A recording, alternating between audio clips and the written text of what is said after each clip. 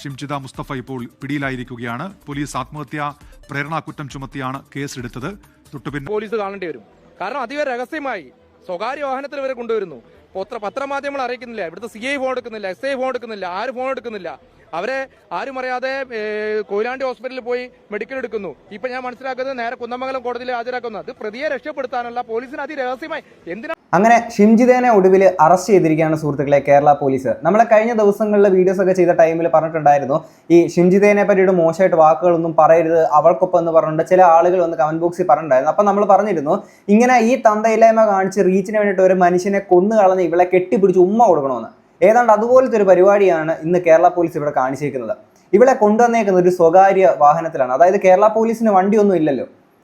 എന്താണ് ആ ന്യൂസ് നമുക്ക് എന്നിട്ട് ബാക്കി സംസാരിക്കാം. ലൈംഗിക അതിക്രമ ആരോപണം നേരിട്ട യുവാവ് ആത്മഹത്യ ചെയ്ത സംഭവത്തിൽ ഇപ്പോൾ പ്രതി ഷിംജിത ഇപ്പോൾ പിടിയിലായിരിക്കുന്നു എന്നുള്ള വിവരം പുറത്തു വരുന്നുണ്ട്. നേരത്തെ അതുമായി ബന്ധപ്പെട്ട സൂചനകൾ ലഭിച്ചിരുന്നു. ആ ദൃശ്യങ്ങളിലേക്കാണ് ഇപ്പോൾ പോകുന്നത്. ഷിംജിത മുസ്തഫ ഇപ്പോൾ പിടിയിലായിരിക്കുകയാണ്. പോലീസ് ആത്മഹത്യാ പ്രേരണാകുറ്റം ചുമത്തിയാണ് കേസെടുത്തത്. തൊട്ടുപിന്നാലെ ഷിംജിത ഒളിവിൽ പോയിരുന്നു. ഇപ്പോൾ ഷിംജിത പിടിയിലായിരിക്കുന്നു. ആ ദൃശ്യങ്ങളിലേക്കാണ്. ബസ്സിൽ ലൈംഗിക അതിക്രമ നടത്തിയെന്നുള്ള ആരോപണമാണ് ദീപക് എന്ന യുവാവിന് നേരെ ഷിംജിത ഉയർത്തിയത്. അതിന് തൊട്ടുപിന്നാലെയായിരുന്നു ദീപകിന്റെ ആത്മഹത്യ. വലിയ പ്രതിഷേധങ്ങളൊക്കെ ഉണ്ടായി. തൊട്ടുപിന്നാലെയാണ് ഷിംജിതയ്ക്കെതിരെ കേസെടുത്തതും. ഇപ്പോൾ ഷിംജിത പിടിയിലായിരിക്കുന്നു. സമീർ സി മുഹമ്മദ് ചേരുന്നുണ്ട്. സമീർ, ഇത് എവിടെ നിന്നാണ് ഷിംജിത പിടിയിലായിരിക്കുന്ന വിവരങ്ങൾ? സമീർ.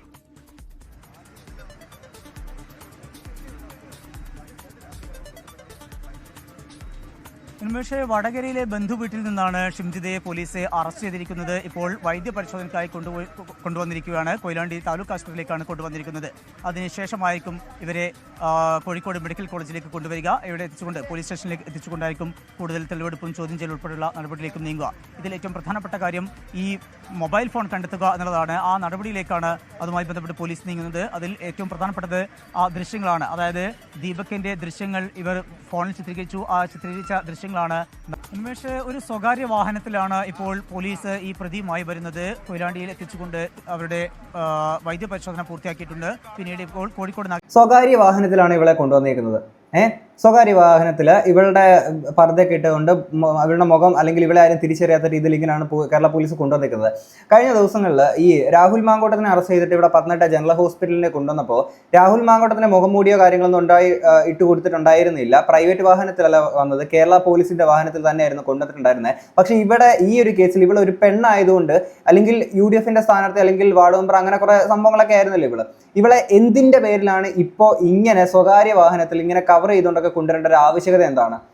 ജനരോക്ഷം ഉണ്ടാവും, ജനങ്ങൾ വലിയ രീതിയിൽ പ്രതിഷേധിക്കും. അതൊക്കെ തടയാൻ വേണ്ടിയിട്ടാണ് എന്നാണെന്നുണ്ടെങ്കിൽ രാഹുൽ മാങ്കോട്ടത്തിനെ ഇവിടെ കൊണ്ടുവന്ന സമയത്ത് ഇവിടെ നല്ല പ്രതിഷേധം ഉണ്ടായിരുന്നല്ലോ. ആൾക്കാർ തിക്കും തിരക്കും ഭയങ്കര സംഭവങ്ങൾ ഉണ്ടായിരുന്നല്ലോ. അപ്പം ഇത് ഒന്ന് ആലോചിച്ച് നോക്കും. നമ്മുടെ നാട്ടിൽ ഒരു കുറ്റം ചെയ്യുന്ന ഒരാണാണെങ്കിലും പെണ്ണാണെങ്കിലും രണ്ടുപേർക്കും രണ്ട് രീതിയിലാണ് ഇവിടെ നാട്ടിലെ നിയമവും കാര്യങ്ങളൊക്കെ പോകുന്നത്. ഒന്ന് ആലോചിച്ച് നോക്കൂ. ഇവളെ ഇങ്ങനെ സംരക്ഷിച്ചു കൊണ്ടുവന്നേക്കുന്നത് ഇവൾ ആരാണ്? ഇവള് സ്വാതന്ത്ര്യ സമരത്തിന് പോയിട്ട് വന്നതാണോ? ഇവളെ ഇങ്ങനെ പ്രൊട്ടക്ട് ചെയ്തുകൊണ്ട് കൊണ്ടുവരാനെ കൊണ്ട് നാട്ടുകാർക്കിടയിലോട്ട് ഇറക്കി വിടണം. ഇവിടെ എന്താണ് ഈ സിസ്റ്റത്തിൽ ഇനി സംഭവിക്കാൻ പോകുന്നത്? ഈ കേസ് ഒന്നും നിലനിൽക്കില്ല എന്നുള്ള സംഭവങ്ങളൊക്കെ നമുക്കറിയാം. കാര്യം തെളിവുകൾ നശിപ്പിക്കാനുള്ള സാവകാശം ഇതിനോടകം തന്നെ അവർക്ക് കിട്ടിയിട്ടുണ്ട് ഇല്ലേ? ഇനിയിപ്പോൾ എങ്ങനെ മുന്നോട്ട് പോകും? ഇനിയിപ്പം നമുക്കിനി ഇവിടുത്തെ നാട്ടുകാർ പറയുന്നത് കേൾക്കാം. കുറച്ച് BJP പ്രവർത്തകർ വന്നിട്ട് പ്രതിഷേധം അറിയിച്ചിട്ടുണ്ടായിരുന്നു. നമുക്ക് അത് കേട്ടിട്ട് ബാക്കി സംസാരിക്കാം. പോലീസ് ഈ പ്രതിയെ രക്ഷപ്പെടുത്താൻ വേണ്ടിയിട്ടുള്ള ശ്രമമാണ് നടത്തുന്നത് ഞങ്ങൾ വിശ്വസിക്കുന്നത്. തുടക്കം മുതലേ പോലീസിന്റെ ഭാഗത്തുനിന്ന് അതിനുള്ള അവസരം ഉണ്ടാക്കി കൊടുത്തിട്ടുണ്ട്. അതുകൊണ്ട് അങ്ങനെ എന്തെങ്കിലും സംഭവിച്ചാൽ അതിശക്തമായ സമരങ്ങൾക്ക് നേതൃത്വം കൊടുക്കും. സ്റ്റേഷൻ ജാമ്യത്തിൽ വിടുകയാണെങ്കിൽ നമ്മൾ പ്രതിഷേധം ഉണ്ടാകും. തീർച്ചയായും സ്റ്റേഷൻ ജാമ്യത്തിൽ വിടുകയാണെങ്കിൽ അതിശക്തമായ പ്രതിഷേധം പോലീസ് കാണേണ്ടി വരും. കാരണം അതീവ രഹസ്യമായി സ്വകാര്യ വാഹനത്തിൽ വരെ കൊണ്ടുവരുന്നു. പത്രമാധ്യമങ്ങൾ അറിയിക്കുന്നില്ല, ഇവിടുത്തെ CI ഫോൺ എടുക്കുന്നില്ല, SI ഫോൺ എടുക്കുന്നില്ല, ആരും ഫോൺ എടുക്കുന്നില്ല. അവരെ ആരും അറിയാതെ കൊയിലാണ്ടി ഹോസ്പിറ്റലിൽ പോയി മെഡിക്കൽ എടുക്കുന്നു. ഇപ്പൊ ഞാൻ മനസ്സിലാക്കുന്നത് നേരെ കുന്നമംഗലം കോടതിയിൽ ഹാജരാക്കുന്നു. അത് പ്രതിയെ രക്ഷപ്പെടുത്താനുള്ള പോലീസിന് അതിരഹസ്യമായി എന്തിനകത്ത് രഹസ്യമായി വെക്കേണ്ട ആവശ്യം?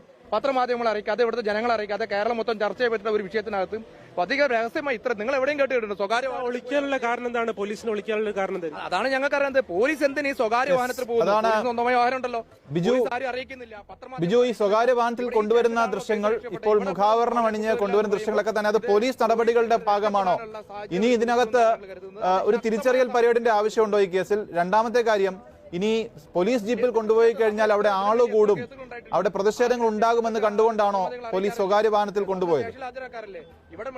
ഞങ്ങൾ തുടക്കം മുതലേ പറഞ്ഞിരുന്നു, ഈ പ്രതിക്ക്, ഈ കൊലയാളിക്ക് VIP പരിരക്ഷ കൊടുക്കാനുള്ള പരിശ്രമം ഭരണതലത്തിൽ നടക്കുന്നുണ്ട്. ഒരു പ്രമുഖ രാഷ്ട്രീയ പാർട്ടിയുടെ നേതാവ് കൂടിയാണ്. ഇപ്പോൾ മനസ്സിലാക്കുന്നത് സാധാരണ ഒരു പോലീസ് ഒരു പ്രതിയെ അറസ്റ്റ് ചെയ്ത് കഴിഞ്ഞാൽ പോലീസ് വാഹനത്തിലാണ് കൊണ്ടുവരിക. ആരുടെ നിർദ്ദേശത്തിലാണ് സ്വകാര്യ വാഹനത്തിൽ VIP പരിരക്ഷ കൊടുത്തുകൊണ്ട് ഈ കൊലയാളിയെ കൊണ്ടുവരുന്നത്? ആർക്ക് വേണ്ടിയാണ്? ഏതെങ്കിലും പോലീസ് ഉദ്യോഗസ്ഥൻ പറഞ്ഞതാണോ? ഏതെങ്കിലും മന്ത്രിമാർ പറഞ്ഞതാണോ? തുടക്കം മുതലേ ഈ പ്രതിയെ, അതായത് ഒരു നിരപരാധി, ഒരു തെറ്റും ചെയ്യാത്ത ഒരാളെ കൊലക്ക് കൊടുത്ത കൊലയാളിയെ തുടക്കം മുതൽ FIR രജിസ്റ്റർ ചെയ്യുന്നത് മുതൽ സംരക്ഷിക്കാനുള്ള പരിശ്രമമുണ്ട്. FIR-ൽ ആ ഒരു പ്രശ്നം നിലനിൽക്കുന്നുണ്ട്. പിന്നീട് 1-2 ദിവസമായി ഈ വകുപ്പ് ആത്മഹത്യാ പ്രേരണയ്ക്ക് 108-ാം വകുപ്പ് ചേർത്തത് ജനങ്ങളുടെ സമ്മർദ്ദത്താലാണ്. പോലീസിന് തെളിവുകൾ ഉണ്ടായിട്ടും അത് ചെയ്തില്ല. ഇപ്പോൾ ഇതാ പ്രതിയെ അറസ്റ്റ് ചെയ്തു. നേരിട്ട് പോലീസ് സ്റ്റേഷനിലേക്ക് കൊണ്ടുവരുന്നതിന് പകരം അവരുടെ ഇംഗിതത്തിനനുസരിച്ച് സ്വകാര്യ വാഹനത്തിൽ ആരോ നിർദ്ദേശിച്ച് എവിടെയോ കൊണ്ടുപോയി ഇങ്ങനെ ഡിലേ വരുത്തുക. അപ്പോൾ വളരെ കൃത്യമായിട്ട് ചില പോലീസിൽ ചില ഉന്നതർ ഇവരെ സംരക്ഷിക്കാനും ജാമ്യം ലഭിക്കാനും ഇവരെ സംരക്ഷിക്കാനുള്ള പരിശ്രമം നടത്തുന്നുണ്ട്. എന്തായാലും ജനങ്ങൾ ഇതൊന്നും അംഗീകരിച്ചു തരില്ല. ഏത് രീതിയിൽ പ്രതികരിക്കണമെന്ന് ഞങ്ങൾക്കറിയാം. ഇവിടെ പ്രതിഷേധം എന്ന് പറയുമ്പം എന്തോന്നറിയേ, ഇവളെ ഇങ്ങനെ പ്രൊട്ടക്ട് ചെയ്യുന്ന ഇവള് ആരാണ് ഇവള്? എന്താണെങ്കിലും പോലീസുകാരെ തുടക്കം മുതൽ ഈ ദീപക് എന്ന് പറയുന്ന വ്യക്തി മരണപ്പെട്ട ശേഷം ബന്ധുക്കൾ പരാതിയായിട്ട് ചെന്നപ്പോഴത്തേക്കിങ്ങനെ പോലീസുകാർ പറഞ്ഞ അയാളാണ് തെറ്റ് ചെയ്തത് ഞങ്ങൾക്കറിയാമെന്ന് പറഞ്ഞാൽ അങ്ങനെ ആട്ടി ഇറക്കി വിടുകയായിരുന്നു ചെയ്തിട്ടുണ്ടായിരുന്നത് അല്ലേ? ഈ സോഷ്യൽ മീഡിയയിലും മീഡിയാസിന്റെ ഒക്കെ ഇത്രയും വലിയൊരു പ്രഷർ വന്നതിന്റെ പേരിൽ മാത്രമാണ് അവർ FIR ഇട്ടത് പോലും. അത്രയും പ്രഷറിന്റെ പേരിൽ മാത്രം. നേരത്തെ തന്നെ ഇവളുടെ മൊഴിയെടുത്ത് പോലീസുകാർ വിട്ടിട്ടുണ്ടായിരുന്നു. മൊഴിയെടുത്ത് വിട്ടതിന് ശേഷമാണ് ഇവൾ ഇത്തരത്തിൽ ഒളിവിൽ പോയിട്ടുണ്ടായിരുന്നത്. അതായത് മൊഴിയെടുത്തതിന് ശേഷം ഇവർക്ക് ഒളിവിൽ പോകാനുള്ളൊരു സാഹചര്യം സാവകാശമൊക്കെ ഉണ്ടാക്കി കൊടുക്കായിരുന്നു ഇവിടുത്തെ പോലീസുകാരൊക്കെ ചെയ്തിട്ടുണ്ടായിരുന്നത്. അപ്പോൾ നിങ്ങൾ ആലോചിക്കണം, നേരത്തെ തന്നെ ഇവൾ ഇത്തരത്തില് വാർഡ് മെമ്പറായിട്ട് നിൽക്കുന്ന ടൈമിൽ ഇവള് ഒളിവിൽ പോയി തിരിച്ച് ദുബായിലോട്ടൊക്കെ പോയിരിക്കുന്ന സീന് കാര്യങ്ങളൊക്കെ അങ്ങനത്തെ ചരിത്രം ഉള്ളവളാണ് ഇവള്. എന്നിട്ടും ഇവളെ വെറുതെ ഫ്രീ ആയിട്ട് അങ്ങ് വിട്ടേക്കുമായിരുന്നു. ഈ സമയം അതേലോടെ ഫോണിനകത്ത് തെളിവുകളും കാര്യങ്ങളൊക്കെ നശിപ്പിക്കാനൊക്കെ കൊണ്ടുള്ള അതിനുള്ള സാവകാശം എന്താണെങ്കിലും അവർക്ക് കിട്ടുമല്ലോ. എന്താണെങ്കിലും അടിപൊളിയായിട്ടുണ്ട്. വൈദ്യപരിശോധന പൂർത്തിയായ സാഹചര്യത്തിൽ ഇനി കുന്നമംഗലം കോടതിയിലേക്ക് കൊണ്ടുപോകാനുള്ള സാധ്യതയും നിലനിൽക്കുന്നുണ്ട്. അങ്ങനെയെങ്കിൽ കുന്നമംഗലം കോടതിയിലേക്ക് കൊണ്ടുപോവുകയും അവിടെ എത്തിച്ചുകൊണ്ട് അതിന്റെ തുടർ നടപടിയിലേക്ക് നീങ്ങുകയും ചെയ്യും. ഈ കേസുമായി ബന്ധപ്പെട്ട് യുവതി ഇതിനോടകം തന്നെ മുൻകൂർ ജാമ്യാപേക്ഷ സമർപ്പിച്ചിട്ടുണ്ട്. അത് നാളെ ആയിരിക്കും പരിഗണിക്കുക. അതിനിടയിലാണ് ഇപ്പോൾ വടകരയിൽ ബന്ധു വീട്ടിൽ വെച്ചുകൊണ്ട് അന്വേഷണ സംഘം ഈ പ്രതിയെ പിടികൂടിയിരിക്കുന്നത്. ഗുരുതരമായിട്ടുള്ള ആരോപണങ്ങൾ കുടുംബാംഗങ്ങളുടെ ഭാഗത്തുനിന്ന് ഉണ്ടായിരുന്നു.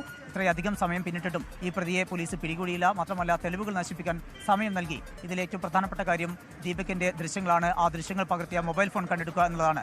അത്തരം സാധ്യതയൊക്കെ ഇല്ലാതാക്കുന്ന നടപടികളാണ് പോലീസിന്റെ ഭാഗത്തുനിന്ന് ഉയരുന്നതെന്നുള്ള ഗുരുതരമായിട്ടുള്ള ആരോപണങ്ങൾ കുടുംബത്തിന്റെ ഭാഗത്തു നിന്നൊക്കെ ഉണ്ടായിരുന്നു. അതിനിടയിലാണ് ഇപ്പോൾ പ്രതിയുടെ അറസ്റ്റ് പോലീസ് രേഖപ്പെടുത്തിയിരിക്കുന്നത്. ഈ കുടുംബം നേരത്തെ പരാതിപ്പെട്ടു എന്ന് പറയുമ്പോഴത്തേക്കിന് അതിന്റെ ന്യൂസ് ഞാൻ ഇങ്ങോട്ട് വെക്കാവേ. ബസ്സിൽ ലൈംഗികാതിക്രമം നടത്തിയെന്ന യുവതിയുടെ ആരോപണത്തിന് പിന്നാലെ കോഴിക്കോട് ഗോവിന്ദപുരം സ്വദേശി ദീപക് ജീവനൊടുക്കിയ സംഭവത്തിൽ പോലീസിനെതിരെ ആരോപണവുമായി കുടുംബം. പ്രതി ഷിംജിത മുസ്തഫയ്ക്ക് രക്ഷപ്പെടാൻ പോലീസ് അവസരമൊരുക്കിയെന്നാണ് ആരോപണം. പ്രതിക്ക് തെളിവുകൾ നശിപ്പിക്കാൻ സമയം ലഭിച്ചെന്നും ബന്ധു വിജയ് 24-നോട് പറഞ്ഞു. പോലീസുകാർ അവരെ വീട്ടിൽ പോയി മൊഴി രേഖപ്പെടുത്തി എന്ന് പറഞ്ഞു. അതിനുശേഷം ഈ പ്രതി കാണാനില്ല.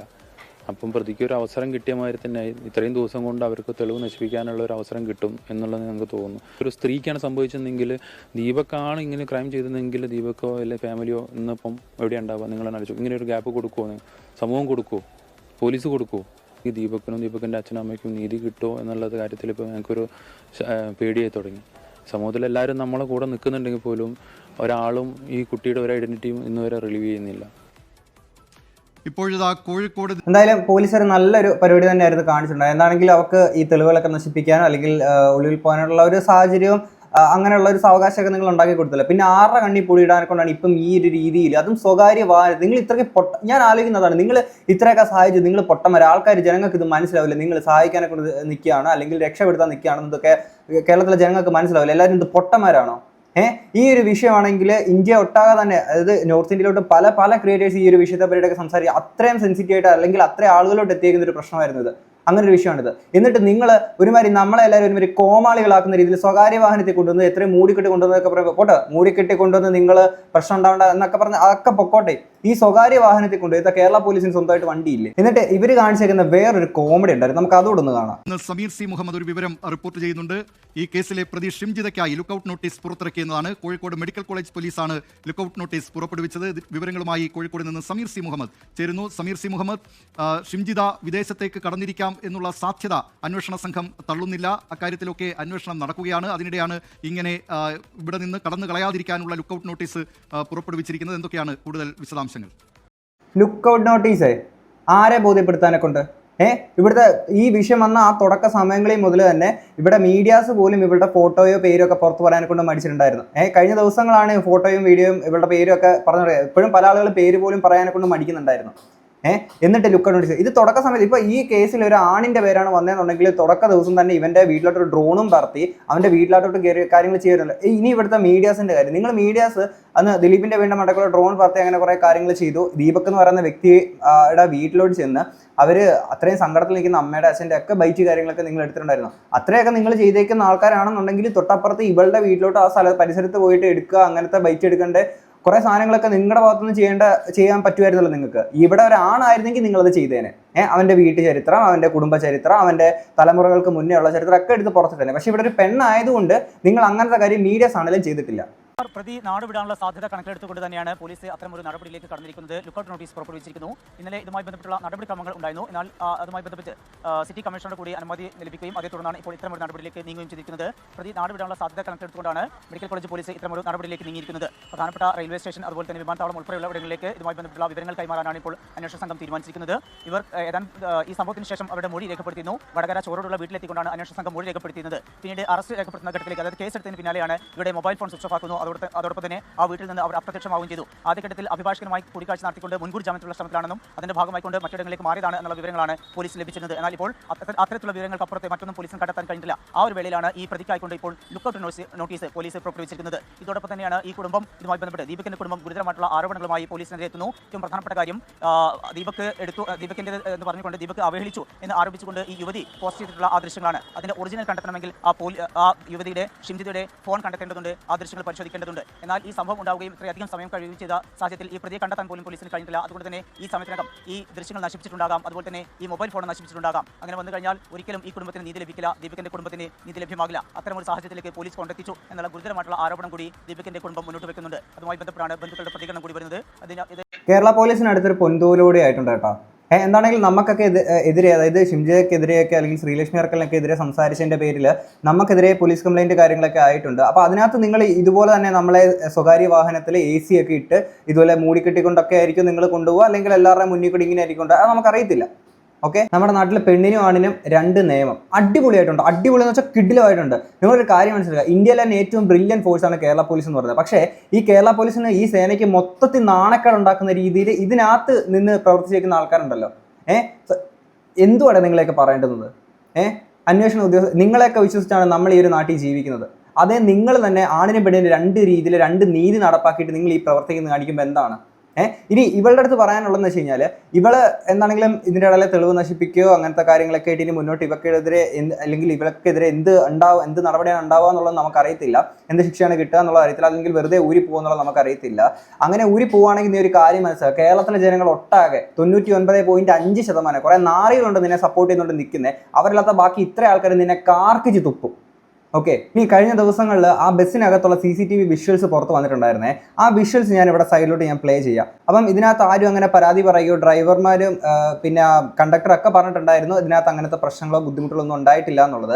ഇവിടെ ഈ പുള്ളി കയറുമ്പോൾ, ഈ ദീപക് എന്ന് പറയുന്ന വ്യക്തി ആ ബസ്സിനകത്തോട്ട് കയറുന്ന ടൈമിൽ ഇവിടെ ഒരു പച്ച സാരി എടുത്തേക്കുന്ന ഈ ഒരു അമ്മേനെ കണ്ടില്ലേ? ആ അമ്മയ്ക്ക് നല്ല ബുദ്ധിമുട്ട് കാര്യങ്ങളൊക്കെ ഉണ്ടാവുന്നുണ്ട്.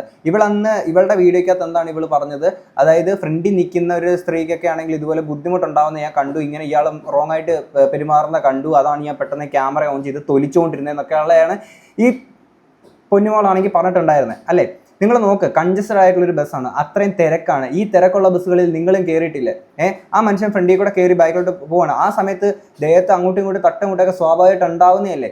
അത്രയും കൺജസ്റ്റഡ് ആയിട്ട് ഇത്രയും തിരക്കുള്ള ഒരു ബസ്സിൽ അങ്ങനെയല്ലേ സംഭവിക്കുകയുള്ളൂ. ആ സമയത്ത് ആരെങ്കിലും ഇതുപോലെ ഫോണും ഓൺ ചെയ്തിട്ട് വീഡിയോ ഓൺ ചെയ്തിട്ട് താണ്ട് ഇത് കണ്ടില്ല ഇയാൾ ഇങ്ങനെ ചെയ്തു എന്നൊക്കെ പറഞ്ഞു കഴിഞ്ഞാൽ അത് ശുദ്ധ തന്തയില്ലായ്മയല്ലേടേ? എന്നിട്ട് അവളെ സംരക്ഷിച്ചുണ്ട്. ഇവർക്കിപ്പം എന്താ ഒത്താശ ചെയ്തുകൊണ്ട് അല്ലെങ്കിൽ ഇവളെ സഹായിച്ചേക്കുന്ന പോലീസ് ഉദ്യോഗസ്ഥരുണ്ടല്ലോ, നാളെ നിങ്ങൾക്ക്, നിങ്ങളുടെ വേണ്ടപ്പെട്ടവർക്ക്, നിങ്ങളുടെ മക്കൾക്ക്, നിങ്ങളുടെ അച്ഛൻ, അങ്ങനെ നിങ്ങളുടെ വേണ്ടപ്പെട്ട ആരൊക്കെ ഉണ്ട് ഇവർക്കെല്ലാം നാളെ ഈ ഒരു സിറ്റുവേഷൻ ഉണ്ടാവാം. അന്ന് നിങ്ങളുണ്ടല്ലോ ഇതുപോലെ തന്നെ നിങ്ങൾ കാണിക്കണം. ഓക്കെ, അപ്പം ഇതുപോലെ നിങ്ങൾക്കെതിരെ ഇതുപോലെ ചെയ്യുന്ന ആൾക്കാരെ ആണെങ്കിൽ ഇതുപോലെ പൊന്നാട എണീച്ച് നിങ്ങൾ സ്വീകരിക്കണം. എന്നിട്ട് കെട്ടിപ്പിടിച്ചൊരു ഉമ്മ കൊടുക്കണം. അടിപൊളിയായിട്ട് നിർത്തണം കേട്ടോ. ഇനിയിപ്പോൾ എന്താണെങ്കിലും നമ്മുടെ തലയ്ക്കും ഇത് അടുത്തൊരു കേസ് കിടപ്പുണ്ടല്ലോ, ഇത് ഷിംജിതയ്ക്കെതിരെ സംസാരിച്ച് അല്ലെങ്കിൽ ശ്രീലക്ഷ്മി അർക്കലിനൊക്കെ എതിരെ പറഞ്ഞു എന്നൊക്കെ പറഞ്ഞുകൊണ്ട്. അപ്പം നമ്മൾ പിന്നെ ആണല്ലേ, നമ്മളെ പിന്നെ ഉള്ളേ തള്ളൂല്ലേടി? പെണ്ണുങ്ങൾക്ക് ഇവിടെ ഒരു കുഴപ്പമില്ല, അടിപൊളിയായിട്ടുണ്ട് കേട്ടോ. എന്നാണെങ്കിൽ കേരള പോലീസ് കിടിലം. പിന്നെ ഒരു കാര്യം കൂടെ പറയാൻ വിട്ടുപോയി, രാഹുൽ ഈശ്വർ ഈ ഒരു വിഷയത്തിൽ മീഡിയാസിന് കൊടുത്തിരിക്കുന്ന ബൈറ്റിൽ പറഞ്ഞിരിക്കുന്ന കുറച്ച് കാര്യങ്ങളുണ്ടായിരുന്നു. ഞാനിവിടെ സൈഡിലോട്ട് കൊടുക്കാം. ആദ്യം തന്നെ ഞങ്ങൾ ദീപകിന്റെ കുടുംബത്തിന് 1 ലക്ഷം രൂപ കൊടുക്കാമെന്നാണ് കരുതിയത്. ഇപ്പോൾ 3,17,000 രൂപ, കുറച്ചുകൂടെ കൃത്യമായിട്ട് പറഞ്ഞാൽ 3,17,074 അല്ലെങ്കിൽ 3,17,000 രൂപ ഇപ്പോൾ ദീപകിന്റെ വീട്ടുകാരിലേക്ക് എത്തിച്ചിട്ടുണ്ട്. ദീപകിന്റെ അക്കൗണ്ടിലേക്കും പിന്നീട് 2 ലക്ഷം രൂപയും മലബാർ ഗോൾഡിന്റെ ശ്രീ AK ഫൈസൽജി, അതേപോലെ ശ്രീ ഹീലർ അബ്ദുള്ള, അദ്ദേഹം ഫാസ്റ്റ് ലൈൻ എന്ന് പറയുന്ന സ്ഥാപനത്തിന്റെ MD ആണ്. രണ്ടുപേരും ദുബായിലുള്ളവരാണ്. അവർ ചെയ്തിട്ടുണ്ട്. അവരുടെ റെപ്രസെന്റേറ്റീവ്സ് ആയിട്ട് നമ്മുടെ ബർസാർ അടക്കമുള്ള ആൾക്കാർ വന്നിട്ടുണ്ട്. MRFന്റെ ശ്രീ ജോയ്, ശ്രീ മുകേഷ്, അഖിൽ അടക്കമുള്ള ആൾക്കാർ, അഖിലുണ്ട്. ഹോമീസ് എന്ന് പറയുന്ന ആപ്പ്, ഈ അങ്ങനെ ഞങ്ങളൊരു പുരുഷന്മാരെ സപ്പോർട്ട് ചെയ്യാൻ ഹോമീസ് മൻ കി ബാത്ത് എന്നുള്ള ആപ്പ് അടക്കമുള്ള കാര്യങ്ങൾ കൊണ്ടുവരുന്നുണ്ട്. അപ്പോൾ ആ രീതിയിൽ നമ്മൾ ആ കഴിയും സപ്പോർട്ടുണ്ട്. അപ്പോൾ 2 ആവശ്യങ്ങളാണ് മുമ്പോട്ട് വെച്ചത്. പേരൻസിനോടും അഭ്യർത്ഥിക്കുന്നു, ഇവിടെ റിലേറ്റീവ്സിനോടും. ഒന്ന്, ജനുവരി 17 ഇദ്ദേഹത്തിന്റെ ജന്മദിനം. ആ ദിവസം തന്നെയാണ് ഇദ്ദേഹത്തിന്റെ അവസാനത്തിലേക്ക് പോകാൻ ദൗർഭാഗ്യവശാൽ സംഭവം ഉണ്ടായത്. അപ്പോൾ ജനുവരി 17 കേരളത്തിൽ നമ്മൾ പുരുഷാവകാശ ദിനമായിട്ട് ആചരിക്കാൻ ആഗ്രഹിക്കുന്നുണ്ട്. ദേശീയ തലത്തിൽ നമ്മൾ ഈ മെൻസ് ഫൗണ്ടേഷൻസുമായിട്ട് ബന്ധപ്പെട്ടും കൂടെ നമ്മൾ പറയുന്നുണ്ട്. കാര്യം ഒരു പുരുഷൻ അവന്റെ അവകാശങ്ങളിലും അവന്റെ ജീവിതത്തിലെ വേദന സംഭവിച്ച് നമ്മളിൽ നിന്ന് വിട്ടുപിരിഞ്ഞതാണ്. അതോടൊപ്പം ദീപകിന്റെ ഓർമ്മ നിലനിർത്താൻ, കാര്യം നമ്മളൊക്കെ ഈ ഒരാഴ്ചയോ 2 ആഴ്ചയോ ചിലപ്പോൾ 1 മാസമോ 2 മാസമോ കാണുന്നത്. ഇവരുടെ ജീവിതം അതിനുശേഷവും തുടർന്നു പോകണം. അപ്പോൾ ദീപകിന്റെ ഓർമ്മ നിലനിർത്താൻ, ദീപകിന്റെ സ്മരണാർത്ഥം 24 hours ലഭ്യമായ ഒരു ഹെൽപ്പ് ലൈൻ ഞങ്ങൾ അതിന്റെ വിഷയങ്ങൾ ഓൾറെഡി സംസാരിച്ചിട്ടുണ്ട്. ഒരാഴ്ചയ്ക്കുള്ളിൽ സെറ്റപ്പ് ചെയ്യും. 24 മണിക്കൂറും ഏത് പുരുഷനും വിളിച്ചാൽ കിട്ടാൻ സാധിക്കുന്ന mobile phone, land line number അല്ല, പലപ്പോഴും ലാൻഡ് ലൈൻ നമ്പർ ഗവൺമെന്റ് ഒന്നും വർക്ക് ചെയ്യാറില്ല. പുരുഷന്മാർക്ക് ലഭിക്കാൻ കിട്ടുന്ന ഒരു നമ്പർ, വാട്സപ്പ്.